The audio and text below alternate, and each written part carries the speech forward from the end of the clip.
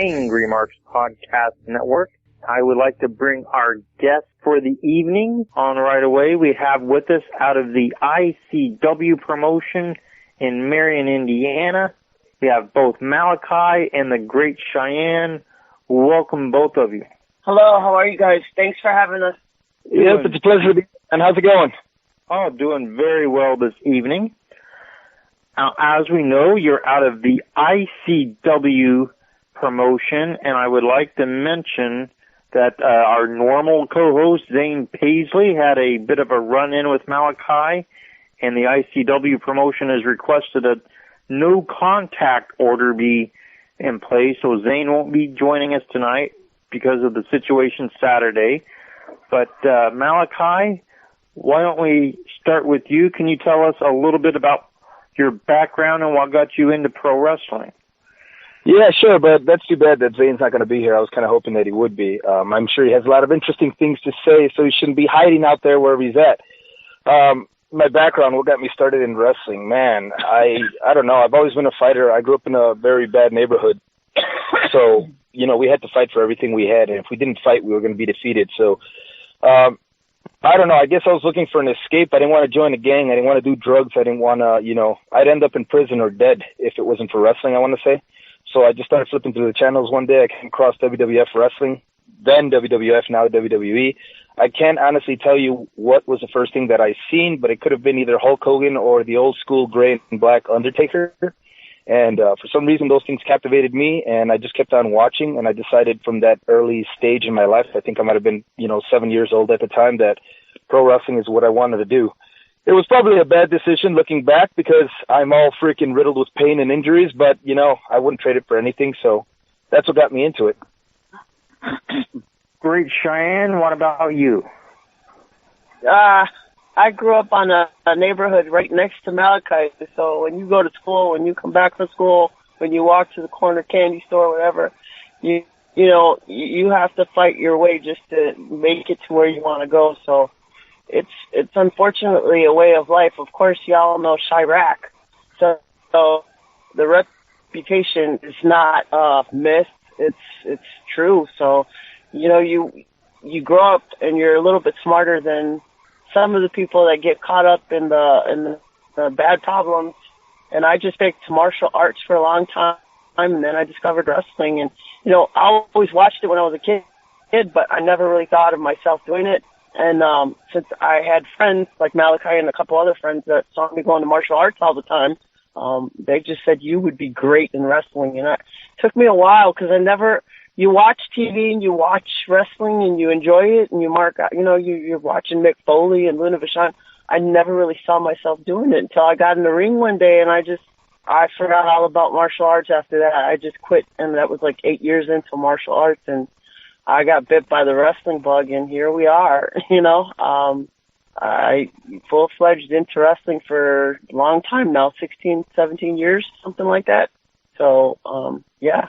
So her story is a little bit different than mine because she got interested in wrestling at a later age. Well, I was interested in wrestling at a very young age. She did martial arts at first. I actually did boxing before wrestling, but I only did boxing because I wanted to feel what it was like to get inside of a ring. And, after I got old enough to join wrestling, because they don't let you get into wrestling until I got in when I was 16 years old. And my dad had to sign a consent form and everything in case I got hurt. But they don't let you get into wrestling when you're really young here in the States. It's not like Mexico where they start out with a ring in their backyard.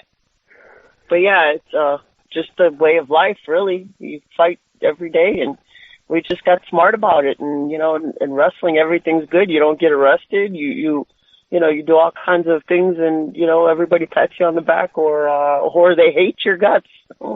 Now, I made reference, of course, to the ICW promotion in Marion, Indiana. Zane Paisley, our normal co-host, as we said, the ring announcer there. The Prophet Rick Craig, our executive producer, also an ICW regular. Can you tell us, Malaki, how it came to be that you got affiliated with that particular promotion where you're the U.S. champion? I got affiliated with ICW through Cheyenne. I think she's the first one that they booked there. They were looking for a female talent, and she got booked. And usually the way her and I push ourselves is if she gets booked somewhere and I'm not booked, I ride along with her. I help her with the drives because the drives are very long sometimes and brutal. ICW is almost 4 hours for us. So, I help her out with the drives because she tends to fall asleep on the road when no one's looking. And that's dangerous. So we also split gas and travel that way, and I'll do some enhancements for her entrance. She'll do some enhancements for mine. So even if I'm not booked in a match, I'm always happy to be around the wrestling world in that environment, helping her enhance her character, recording for her, doing the slave thing for her, whatever it is.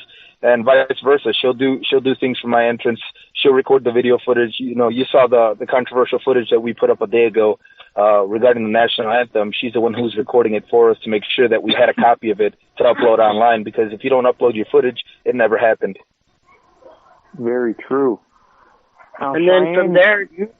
Oh, go ahead. I'm sorry. Yep. And then from there, it just grew. He's a likable guy. Jesse saw him, and he saw his work, and next thing you know, he got booked, and he's just really climbed the ladder by, fighting, winning his matches, and trying to innovate in the ring and trying to get past the obstacles. And here you have it. He's representing, ICW and a lot of the Midwest wrestling right now.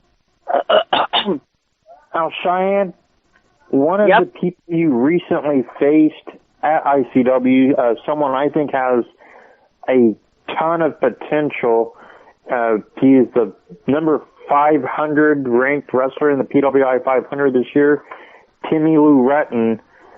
I know it was your first time in the ring with him, but what did you think of Timmy Lou Retton when you faced him recently? I think he was an awesome challenge. I loved wrestling him. He has a great mindset for the business, and I think the match went well. He had that all-American boy kind of attitude. He wanted to be a diplomatic professional. He didn't want to go straight out and punch me. He wanted to use grappling holds. So I understand. And I took him to the mat for it. I made him work and see me as an equal contender. And I think that he's a really great contender. Well, that's one thing I like about the guy. I'm going to speak on him too. I don't usually put people over, because I tend to have a lot of disagreements with people in the wrestling business just because I think that they're selfish.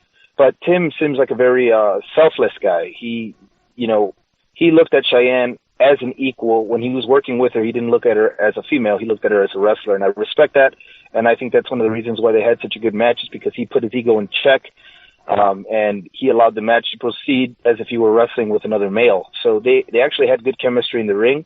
He's a very athletic guy for a big boy, too. He can flip and all that stuff, and he doesn't look like the type of person that can do that. So he will surprise the fans, and I think that's one thing that the fans get a kick out of. When they see a guy like that, they don't think he's going to be good for much. And then he gets in the ring, and he shows them athleticism. He shows them his ability to work, and he combines all that with charisma, and you get a very good worker in the ring. And overall, he was a great representation of an all-American boy. Now, Malaki, you, of course, being the U.S. champion, do you see Timmy Lou Retton as a potential challenger, since you and Cheyenne both classify him as the All-American boy? Absolutely, especially considering what's going on with myself and ICW at the moment. And, his gear is the American flag and everything like that. So I think, and he's also an African-American. So right now I think it's a good thing for somebody like him to get a title shot, because I know he wants to show his people, the American people, but also his people who are struggling at the moment with everything that's going on social media and the police and all that stuff, the discrimination. I think it would be cool for him to get a shot at the title. We worked before, and we had a good match. I came out on top, but we had a good match. I think it would be really cool for him to get a rematch for that belt. And I think the fans actually would like to see him take that belt from me if he had the opportunity to. They'd like to see him take that belt or have a good shot at it just as much as they enjoyed me turning him upside down on the corner post and showing them what the Tree of Woe was. I'm very familiar with the Tree of Woe, being that Kevin Sullivan lives up in this area. Now, great Cheyenne, I know you've been around for quite some time. You've seen a lot of great talent in your career. You've fought some of the best wrestlers out there, both male and female. But who are some of the younger talents out there right now that you think are going to be the ones to carry this business in the next few years? Well, you see, Sasha Banks, I started wrestling with her 6 years ago. She was having virtually her first matches with me every weekend when I was going to Maine. We had a feud out there, and I could summarize it, probably had like maybe 6 to 10 matches altogether.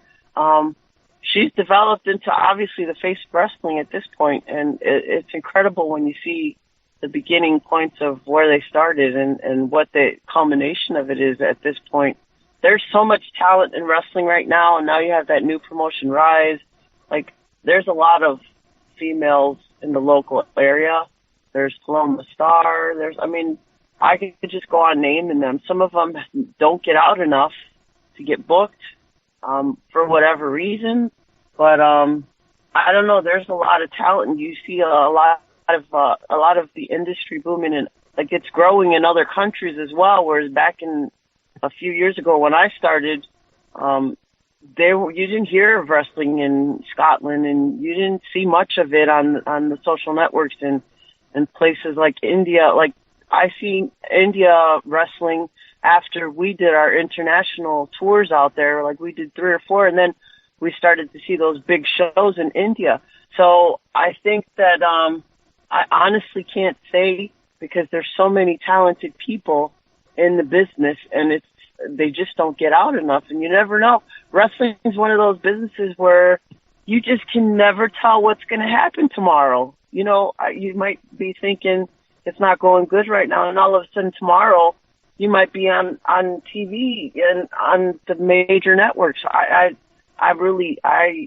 don't know. There's a lot of talent. It's kind of hard to say. But watching people like Sasha Banks, I think you just stumped her, because that's a very, very hard question to ask. There's thousands upon thousands of independent wrestlers all over the world trying to get to the grand stage. And I actually want to comment on this, because I got a story for you. You can't really judge a book by its cover. When I was breaking into wrestling, it was a fledgling promotion here in Chicago. It was more like a backyard wrestling promotion called LWF. And I still have some old footage of it sitting around in my house somewhere on a VHS tape, where you see CM Punk wrestling in a Superman T-shirt and cut-off jeans, and he's about 150 pounds soaking wet, looks like crap. And, later on in his career, he evolved a little bit, but he still had, like, soccer shorts on and, wrestling in a T-shirt and whatnot. And every time I looked at CM Punk, he was the kind of guy that you would look at and say, that guy's never going to make it anywhere in the business. He doesn't groom himself. He doesn't tan. He doesn't hit the gym. He doesn't buy gear. I mean, the guy had wrestling boots at one point in the indie scene before he reached Ring of Honor, and he kind of groomed himself a little bit more. But I'm talking about the very early stages in his career. You would have looked at that guy, anybody would have looked at that guy and said, he's never going to make it. He just doesn't have anything to grasp the fans. And then fast forward a few years later, and the guy was the most recent longest reigning WWE champion. So it's like, to ask that question, I don't know how I would answer it myself, because you can look at somebody right now sitting in the ICW locker room, and you can look at them and they can be, out of shape or not have the nicest gear on or whatever the case may be. And 2 years down the road, they sign a contract with WWE. Well, right now I want to pass things along to our other co-host, the great, incredible William Huckabee. What's up, Huck? Hey, how you doing, Huckabee? You sound like you belong in our crew, the great Huckabee. Huck, are you with us? He must have fell asleep. We bored him. Yeah. No, I'm here. No, I had a mic shortage. Thank both of you, first of all, for being here. My first question is for you, Cheyenne. I know we don't have a lot of time left, but I want to ask you this. I'm a huge fan of women's wrestling and stuff, man. So, of course, I like to keep up with who's doing what and everything. And, the fans can go on your Facebook page and on your social media and just look at the amount of titles that you've collected. Now, besides the ICW championship that you just won from my really good friend, Ronnie Nicole, what other titles do you hold? What other titles? I still have the ADC championship, Arenas de Chicago Lucha Libre. I've had that for how many years now? Oh, man, I don't know. You've had that for at least, I think, 3 years, 5 years? I don't know. I'm bad with time frames. Don't ask me these questions, It's been a long time. I still have that title at home. I have the PPW, which is somewhere in Indiana, Fremont, I think. I also have IHW? HHCW, and that is the title I have at home as well. So I have 1, 2, 3. I think I have 4 right now. You're like collecting titles like the female Ultimo Dragon and stuff. It's fun. It's fun. My best part is turning them upside down or beating them in the ring, and then sometimes I just get surprised and I won with it, and they're bringing me a title, and I'm like, oh, really? Okay, great. Now, you've been doing this for years and stuff. Did you ever imagine that women's wrestling would make such a huge resurgence, not only in WWE but also in the Indies? I mean, now of course you have the women's championship matches between Charlotte and Sasha being some of the best matches on the card. We just seen the women's match was main eventing and stuff, Raw and everything. But also in the Indies where you have these huge super shows, and then in a lot of places, especially down south, the women are having some of the best, if not the best, matches on the card. Was there ever a point in your career that you ever imagined that women's wrestling would be to the point where it's at now? I know that I always hoped that it would be like this because for years, when I started in 1990, for years, all I did, I want to say honestly, for like about good 8 years, all I did was wrestle guys because whatever show I went to, whatever locker room I was in, I was booked, and they for some reason or other, the female talent wasn't there, whether it would be financial problem or personal problem on the girl's part, or it was always just me and the guys in the locker room. And a lot of locker rooms were not friendly, and they'd be like, oh, you got to wrestle this guy, and he's like 6'2", and he's 300 pounds. And the attitude back then was like, oh, she's going to leave. She's not going to want to be here because she doesn't belong here.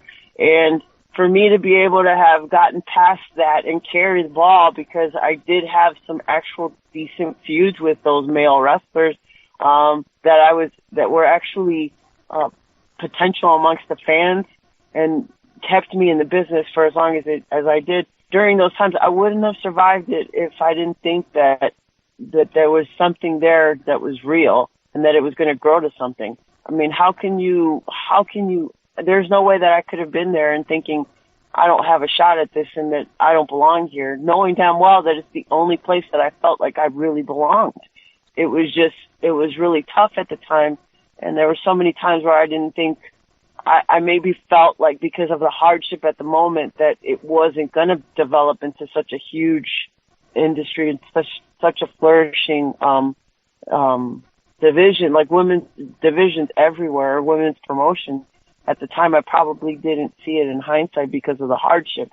But the fact that I was there and the fact that I felt that that was the only place I belonged, the fact that when I got in the ring, as many problems, like if I was going through a divorce, if I had problems raising my kids alone, financial problems, whatever, if I had lost a job or like whatever problems I had going on, when I stepped into the ring, it all just disappeared. Like nothing was on my mind except what I was doing at the moment. So with that having been said, I knew I belonged there and I felt like it was the only place I belonged. So I knew that there was a reason for that. And the reason for that would be because we belong in the business. We belong in the world. It's relatable. The oldest feud in the world is man versus woman. How can that not be a prominent part of any kind of world or any kind of industry? Good point. Malaki, my next question is for you, Malaki. I've got to address the elephant in the room and stuff.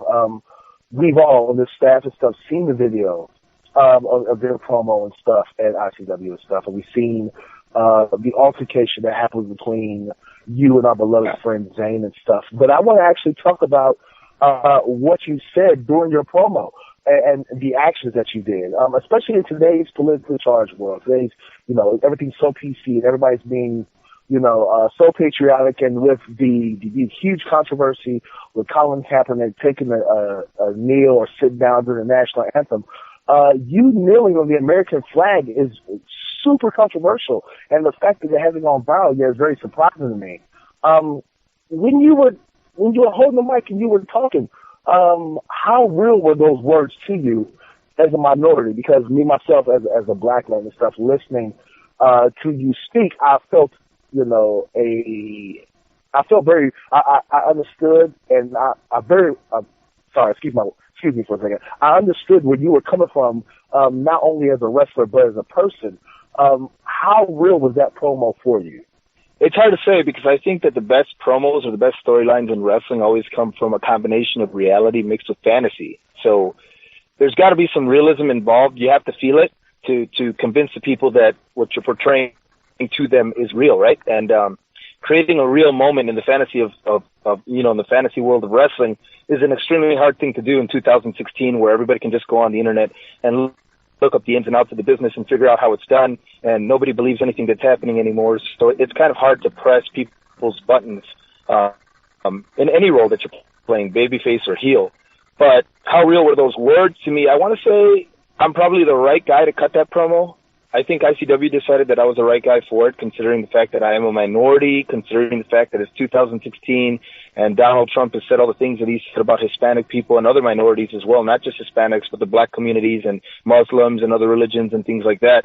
So I think, because this wasn't just my idea, this was a collective idea, I think that when other athletes in other sports started kneeling down, most notably in the NFL, it kind of spawned that idea. It planted a seed in my head for sure. But I didn't know if it was going to push the envelope a little bit too far, especially at ICW, where it tends to be more of a PG show. Everybody wants to be PG nowadays because WWE is PG. Nobody wants to push that envelope further and further and further because they're afraid they're going to offend somebody. And so the idea was there, but I didn't say anything. And then Zane actually came to me with the idea. And he asked me about it, and, then he talked to Artie about it. He talked to other people about it, and we all came to an agreement that I was going to come out and kneel on the flag. Or not kneel on the flag, just kneel during the anthem. But I decided, because it's a controlled environment, it's professional wrestling, it's all about drama, it's all about exaggerating the, reality. I decided, you know what, if we're going to do this, why should we just do what everybody else has already done in other sports, in real sports, It's not going to mean much because people are going to look at it and say this is staged. If we're going to push the button, let's push it really damn hard. Let's go all the way with it.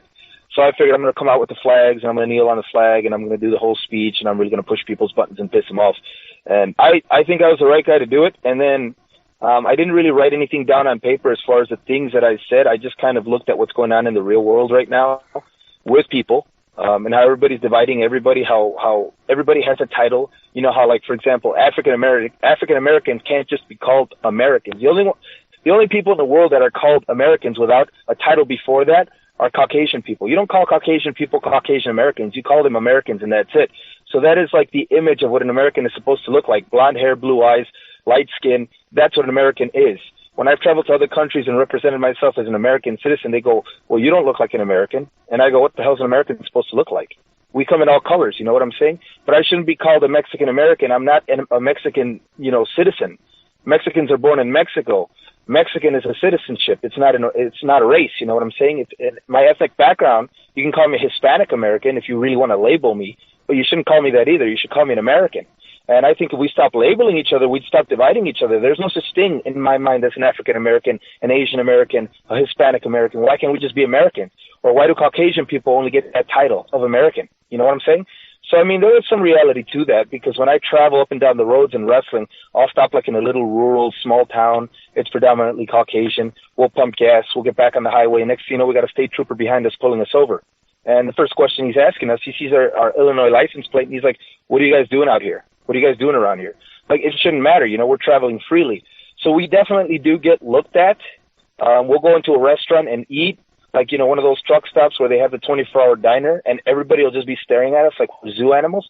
So I figured, you know what, screw it. I'm going to bring up these problems in the promo, and I'm going to run with it, because every single person in this crowd, I'm going to lump them all into one group. I know it's not every single person in the crowd, but I figured I'm going to lump them all into one group the same way they lump me all into one group, because we're racists and we're rapists. I'm sorry, not racist. We're rapists and we're thieves and all this stuff, drug dealers. Things that Donald Trump has said that lumps all of us into one group. I'm going to do the same thing to the fans. Well, every time I stop at your small town, you guys look at me, and you guys look at me like a zoo animal. So it's like, when I did that, I think I pissed a lot of innocent people off, and that's kind of what I was going for. It's like some of those people that are sitting in that crowd probably do feel that way, but a lot of them probably don't, because not everybody is racist, prejudiced, not everybody's a bigot. But if you lump them all in together, you piss off everybody. So how much of it was real? It's hard to say. I know that I definitely addressed real-world issues, so some of it had to be real. I definitely felt it while I was saying it, if that's what you want to hear. Yeah, that's exactly what I wanted to hear. Cheyenne, I'm going to ask you because, you know, he's already let us know that you were the one behind the camera. This is somebody you're very close to, cutting something that can be a promo that could really turn bad very quickly and stuff. Was there ever a point while you were recording this that you were worried that maybe somebody might rush into the ring during the show, or maybe afterwards you might have a problem, you know, in the parking lot heading to the car? What was your feelings and stuff while this whole entire situation was going on? We have done this before, so I was ready. I was ready to have his back. I was ready to be the peacekeeper. I was ready because I knew we're using relative politics, and we're using real emotions. And there have been times when I've been down south and we cut promos or we do some real good work, and the security has had to help stop people because one lady wants us. So I mean, we grew up with old school wrestling, and old school wrestling maintained kayfabe. So when you were out there, you were meant to be a heel, or you were meant to be a face. You're going to do what you have to do. If you make the crowd hate you, I mean, we've been at lucha shows where we've burned the main event, another wrestler's main event character's match at a lucha show. And if you are familiar with what that means, is the mask is virtue, and it represents so much in the culture of lucha wrestling. So that's kind of like, you don't do that stuff. Like, we've really pushed envelopes with migration and Mexican crowd. Like, we understand what we need to do when we're working the crowd, and we've done this before. So I was ready to do what I needed to do to cover him and get in there if we needed to. Yeah, we were ready for the worst, man. I think what I was more concerned about was offending some of the people who were not, they weren't smartened up in the back, because not everybody knew about this. There was a very small group of people in ICW who knew about it. Obviously, the bookers and all that. I'm not going to go out there and do anything that they don't want me to do. So I made sure I covered all my bases, and everybody approved everything that was going to happen.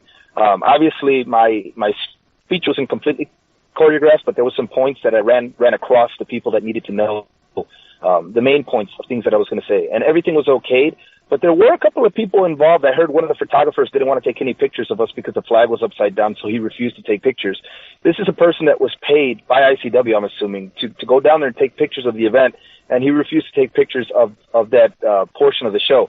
So there was a couple of people that were offended by what we did. I heard there was some people in the locker room that were also pissed off about it. They thought we crossed the line. And I'm actually very proud of that, because I am too. Because this is the kind of thing that used to sell wrestling to me back in the day. You know, kayfabe was alive, like she said, and it was very important for me to believe what was going on in that ring when I was really young and not smartened up to the business. It was far more exciting for me that way. So I'm actually very proud that we were able to create a very real moment in 2016, not just for the fans, but for some of the people that were involved who know how wrestling works and yet decided to be offended by it. I think that's cool. You know, we've had other experiences that I think have prepared us for times like this. When I went to Asia, I wrestled in predominantly countries where women don't have rights. You wouldn't see them working in public places because they only work in places where their husbands own the business or their father worked the business, or they wouldn't leave the house after 5. I mean, India, Nepal, places like that where women virtually, they don't have the same rights as we do here in this country. So when I went out there and wrestled against guys from 4 different countries and came out of the ring, and you're talking, it was a mass sea of like 50,000 something people, and I'm like, my character is like the worst. So I'm coming out and I end up yanking the baton off of they used their own military police to actually keep security on the show because it was so many people. So they actually lined the walkway back to the ring to protect the wrestlers. And so on my way back, I'm taunting them, and I happen to, without knowing, taunt the commissioner, the main police chief of the military police, and took his baton away. and acted like I was going to hit him with it and just growled at him in pure utter anger. And the whole crowd went crazy. So it's like at that moment when I heard how everybody sounded and it's such a huge crowd, I knew that I pushed an envelope without really knowing at the time that that's what I was going to do. I mean, I knew I would, but I didn't realize the gravity of it because of who it was. It was one of their main people. So I realized after I took it, like, wow, who is that guy? Next thing you know, we were on the newspaper, and that was the police chief of the whole military police. That was the main guy, and I happened to, so it's, you do things and you realize that that's what's going to get you where you need to get. It's going to get people talking about it, and it's going to push the envelope. But it's unheard of. Here's a woman being the ultimate disrespect. So we're kind of like used to that. Well, I would like to thank both of you for answering my questions and being so open and honest and candid with us. I'm going to hand it back to Sangan stuff because I know he has some questions, and we definitely want to get your social media so we can keep up with what's going on. But I want to let both of you know that both Ryan Nicole and Timmy Lou Redden are very close friends of mine. And when they came back, from Indiana, and Ronnie came back without the title and stuff, we were all very heartbroken. So we're actually training really hard so the next time they come up there, they can give both of y'all the business. Just want to let you know. Okay. And something else that's weird is I'm actually very surprised about the reaction that I got from a lot of the smarter fans, because we got the casual fans and then we got the ones that we call smart fans, the ones that kind of know the way wrestling works. When I posted that video on social media and you read some of the comments that are up there, a lot of people are actually in favor of what I did. They're saying, you hit a home run, you did really good. They approve of this. Some people are saying, I would have been pissed off if I was there, but they know I did it and they're happy about it. They said it's one of the best promos they've seen in a long time. That surprised me because I expected nothing but negative feedback, and so did, the powers that be at ICW. They were actually telling me, are you sure you want to do this? Are you sure you want to do this? And I thought, yeah, why the hell not? Let's make the U.S. title worth something. Let's put the U.S. title on the map. And I actually believe that the U.S. title right now, after that promo, it means a lot more than the main belt, the heavyweight championship right now. I think more eyes are on the U.S. title and people wanting to see it off of me than eyes being on the heavyweight belt. We kind of went past the amount of time you guys were planning to be on here, so really quickly, I want to make sure we get your social media links so the fans know exactly how to follow you and know where they can see you and so forth. So we'll start with Malaki. You want to plug all your social media and upcoming appearances and so forth? Yeah. Well, my Facebook is Zeus Malaki. I don't know. If you type that in, you should be able to find me. There aren't too many Zeus Malakis on Facebook. My Twitter and Instagram are Pro Wrestling Gamer. As far as appearances go, I just fixed my brakes on my car, so I didn't take any bookings because I couldn't travel. So I'm open for dates now. Right now, the only thing I got confirmed is ICW, and I might be going back to Pittsburgh in sometime in November for a couple of dates in Pittsburgh. But I'd have to actually look at my calendar to figure out when those are, and I'm too lazy to do that right now. We have something happening in Arkansas at the end of the month as well. I'm working on that, so he's really not aware of that one. But I'm still working out the details. And like you said, Code Red Wrestling. And yeah, that's it. Code Red Wrestling. We'll be back at ICW again November, and I'm looking forward. I think I'm going to be having to fight Ronnie Nicole for this title again, so I'm looking forward to that. My social network at the Twitter is at the GR8 Cheyenne. They can follow me there, and my Facebook is Alma Chides or Great Cheyenne. You can Google, put that in the search bar, and it'll come up. And then the other Facebook page I have is La Grande Cheyenne. So it's kind of like a Spanglish twist on it, the same name. So there you have it.